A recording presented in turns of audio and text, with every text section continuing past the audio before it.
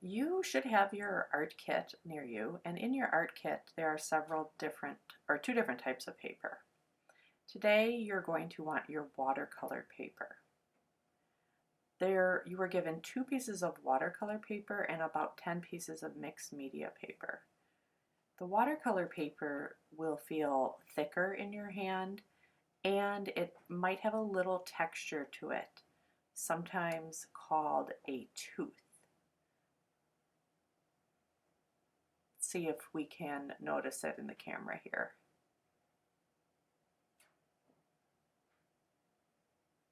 If for some reason you used your watercolor paper already, it's not a huge deal that you use your mixed media paper. The mixed media paper is just thinner and it might warp on you a little more than the watercolor paper. Also today, you are going to need your watercolor pod, which might be in a little Ziploc baggie. All of you have different colors. Some of you might have blue or aqua, green, red, orange, so the color might be a surprise. You will need a ruler or a straight edge, and we are going to measure approximately 2 inches on our watercolor paper to create a small section to create our value strip.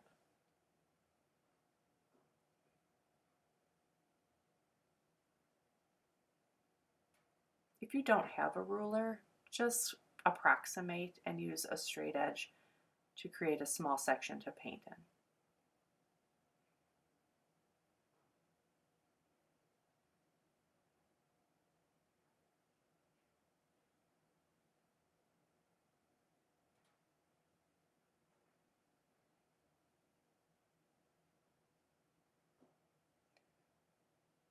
Turn your watercolor paper vertical or in a portrait style so that you can paint along that bottom.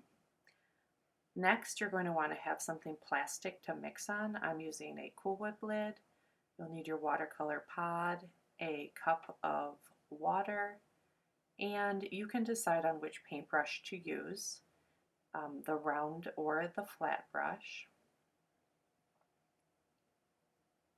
You also might want to have a piece of paper towel or an old rag, or I happen to have some Kleenex laying around.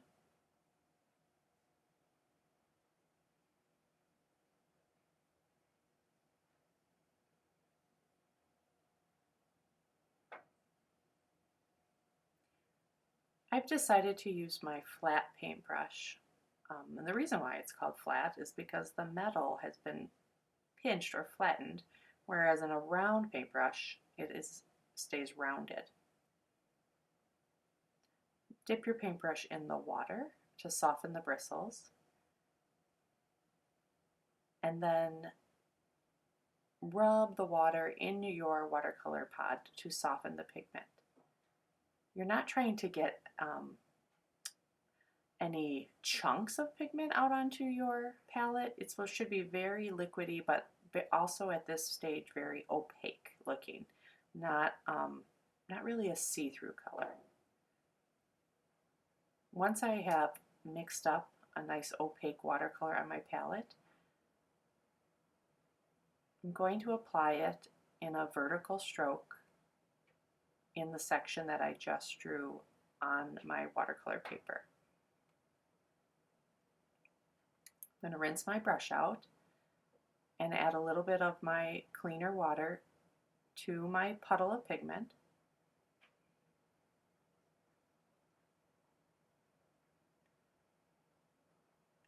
And I'm going to put another vertical stroke to the right of my first mark.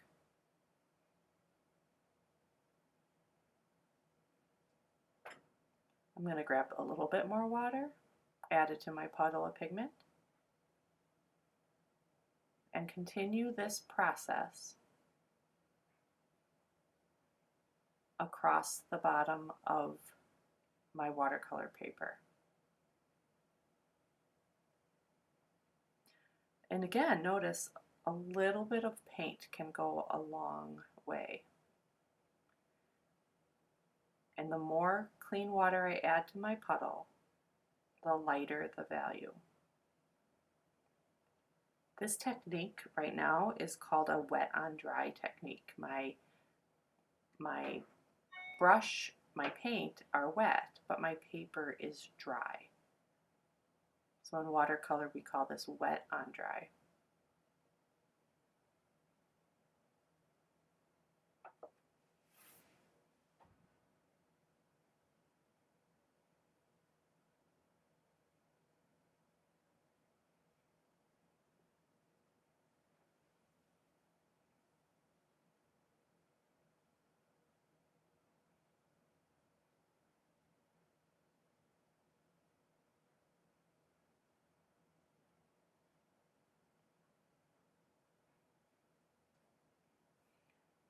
As I get to the end of my value scale, notice my puddle is stretching out farther, and I'm adding water kind of to the edge of the puddle.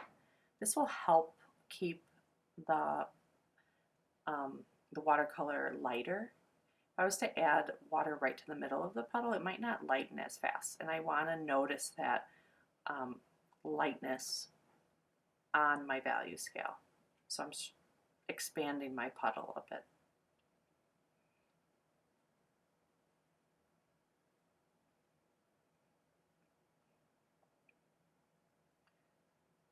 You should have at least 9 different values on your value strip. When you are done, set it in a safe place because we will be using the top portion to create 2 other value color studies using just your one color paint, and we will end up with 2 monochromatic paintings.